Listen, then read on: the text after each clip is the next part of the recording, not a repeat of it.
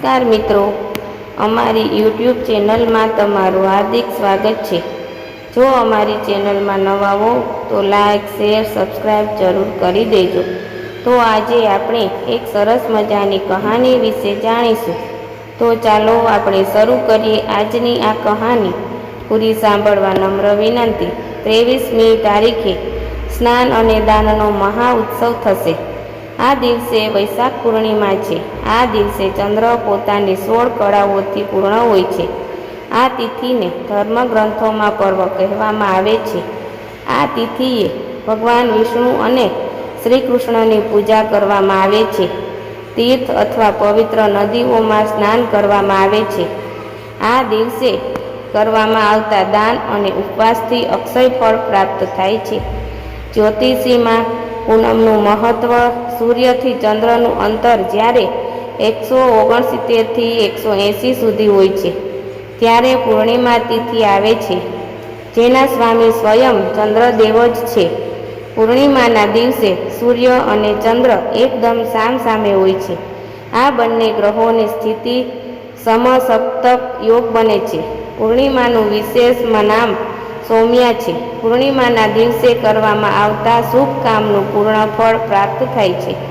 જ્યોતિષ ગ્રંથોમાં પૂર્ણિમા તિથિની દિશા વાયવ્ય જણાવવામાં આવી છે। સ્નાન કરવાની પરંપરા। આ દિવસે ગંગા અને અન્ય 6 પવિત્ર નદીઓમાં સ્નાન કરવાથી અને પિતૃઓની પૂજા કરવાથી અનેક ગણું વધુ પુણ્ય પ્રાપ્ત થાય છે। આ દિવસે સૂર્યોદય પહેલાં ઉઠીને સ્નાન કરવું જોઈએ। જો તમે પવિત્ર સ્થળોએ સ્નાન માટે ન જઈ શકો તો તમારે ગંગાના પાણી અથવા અન્ય પવિત્ર નદીઓના પાણીને મિશ્રિત કરીને સ્નાન કરવું જોઈએ। આ શુભ દિવસે દાન કરવાનો સંકલ્પ લઈને જરૂરિયાતમંદ લોકોને દાન આપવું જોઈએ। આમ કરવાથી પણ તમને પૂર્ણ પુણ્ય મળે છે। દર મહિને પૂર્ણિમાને પર્વ તરીકે ઉજવવામાં આવે છે। દર મહિને પૂર્ણિમાએ કોઈને કોઈ પર્વ જરૂર ઉજવવામાં આવે છે। આ દિવસનું ભારતીય જનજીવનમાં વધારે મહત્વ છે। દર મહિનાની પૂનમે એક સમય ભોજન કરવામાં આવે છે। આ દિવસે ચંદ્રદેવ અથવા ભગવાન સત્યનારાયણનું વ્રત કરવામાં આવે છે તો દરેક પ્રકારના સુખ પ્રાપ્ત થાય છે, સાથે જ સમૃદ્ધિ અને પદ પ્રતિષ્ઠા પણ મળે છે। વૈશાખ મહિનાની પૂનમે બુદ્ધિ પૂર્ણિમા ઉજવાય છે। જેઠ મહિનાની પૂનમે વટ સાવિત્રી વ્રત ઉજવાય છે। અષાઢ મહિનાની પૂનમે ગુરુ પૂર્ણિમા ઉજવાય છે। શ્રાવણ મહિનાની પૂનમે રક્ષાબંધન ઉજવાય છે। ભાદરવા મહિનાની પૂનમે ઉમા માહેશ્વર વ્રત કરવામાં આવે છે। આસો મહિનાની પૂનમે શરદ પૂર્ણિમા ઉજવાય છે। કારતક મહિનાની પૂનમે પુષ્કર મેળો અને ગુરુ નાનક જયંતિ ઉજવાય છે। માગસર મહિનાની પૂનમે શ્રી દત્તાત્રેય જયંતિ ઉજવાય છે।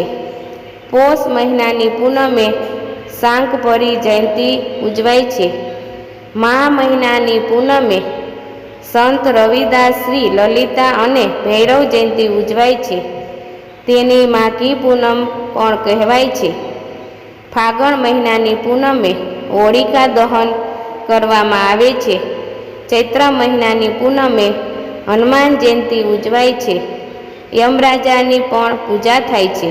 મૃત્યુના દેવતા યમરાજાને પ્રસન્ન કરવા માટે વૈશાખ પૂર્ણિમાના દિવસે વ્રત રાખવામાં આવે છે અને નિયમો અનુસાર પૂજા કરવામાં આવે છે। આ પ્રસંગે ચંપલ, છત્રી, ઘી, ફળ, સાકર, ચોખા, મીઠાનું દાન કરવું શુભ છે। આ દિવસે દાન કરવાથી મનને શાંતિ મળે છે। એવું માનવામાં આવે છે કે આ દિવસે ભગવાન વિષ્ણુની સાથે યમરાજાનું વરદાન પણ પ્રાપ્ત થાય છે અને અકાળ મૃત્યુનો ભય નથી રહેતો। પૂર્ણિમાના દિવસે આ રીતે કરો પૂજા। વૈશાખી પૂર્ણિમાના દિવસે ચંદ્રની સાથે ભગવાન વિષ્ણુની પૂજા કરવાની વિધિ છે। આ દિવસે શ્રી હરિના આશીર્વાદ મેળવવા માટે તેમને જ ભોજન અર્પણ કરો અને પંચામૃત ચઢાવો। આ દિવસે વૈશાખ સ્નાન પૂર્ણ થાય છે. વૈશાખી પૂર્ણિમાના દિવસે પવિત્ર નદીઓમાં સ્નાન કરવાની વિધિ છે. આ દિવસે સ્નાન વગેરે કર્યા પછી દાન કરવામાં આવે છે. પૂર્ણિમાના દિવસે યમરાજાને પાણી, વાસણ અને મીઠાઈઓ વગેરેથી ભરેલું પાત્ર અર્પણ કરો. સાકર અને તલનું દાન કરવાથી અજાણતા થયેલા પાપોનો નાશ થાય છે. સ્થિર મન અને એકાગ્ર ચિત્તથી યમરાજાની પૂજા કરો. સૌભાગ્ય અને સ્વાસ્થ્ય વધારવા માટે દાન. 27 નક્ષત્રોમાં સ્વાતિ નક્ષત્ર દાનમાં પુણ્ય પ્રદાન કરનાર છે. તેનો અધિપતિ વાયુદેવ છે અને તેનો સ્વામી રાહુ છે. તેવી જ રીતે સિદ્ધિ યોગના પ્રમુખ દેવ ગણેશ છે, જે દરેક પ્રકારના કાર્યમાં સફળતા આપે છે.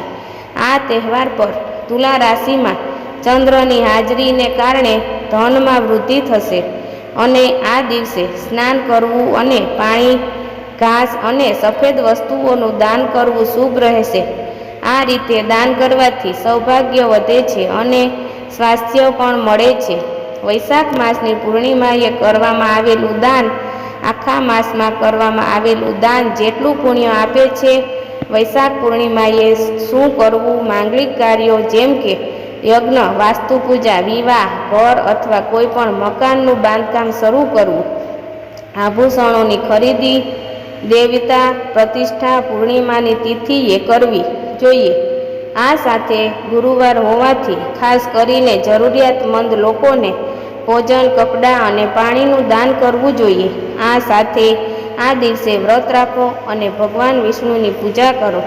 આ તહેવારો પર ગાયને આખા દિવસ માટે ખાદ્ય સામગ્રી અને ઘાસ અથવા ચારાનું દાન કરો. આ દિવસે કરેલા દાનનું શાશ્વત ફળ મળે છે. પુરાણોમાં કહેવામાં આવ્યું છે કે આ વૈશાખ માસની પૂર્ણિમાએ ભક્તિ પ્રમાણે કરવામાં આવેલ દાનનું પુણ્ય ક્યારેય સમાપ્ત થતું નથી. તેનાથી આ લોકો અને પરલોકમાં સુખ મળે છે. શાસ્ત્રો અનુસાર આ દિવસે તલ, ધાન્ય અને જળનું દાન કરવાનું ખૂબ જ મહત્વ છે. સોનું, ચાંદી, હાથી અને ઘોડાના દાન કરતાં આનું મહત્વ વધુ છે. અન્ન, જળનું દાન કરવાથી મનુષ્ય, દેવતા અને પિતૃઓ બધાને તૃપ્તિ મળે છે. શાસ્ત્રો અનુસાર કન્યાદાનને પણ આ બધા દાન સમાન માનવામાં આવે છે.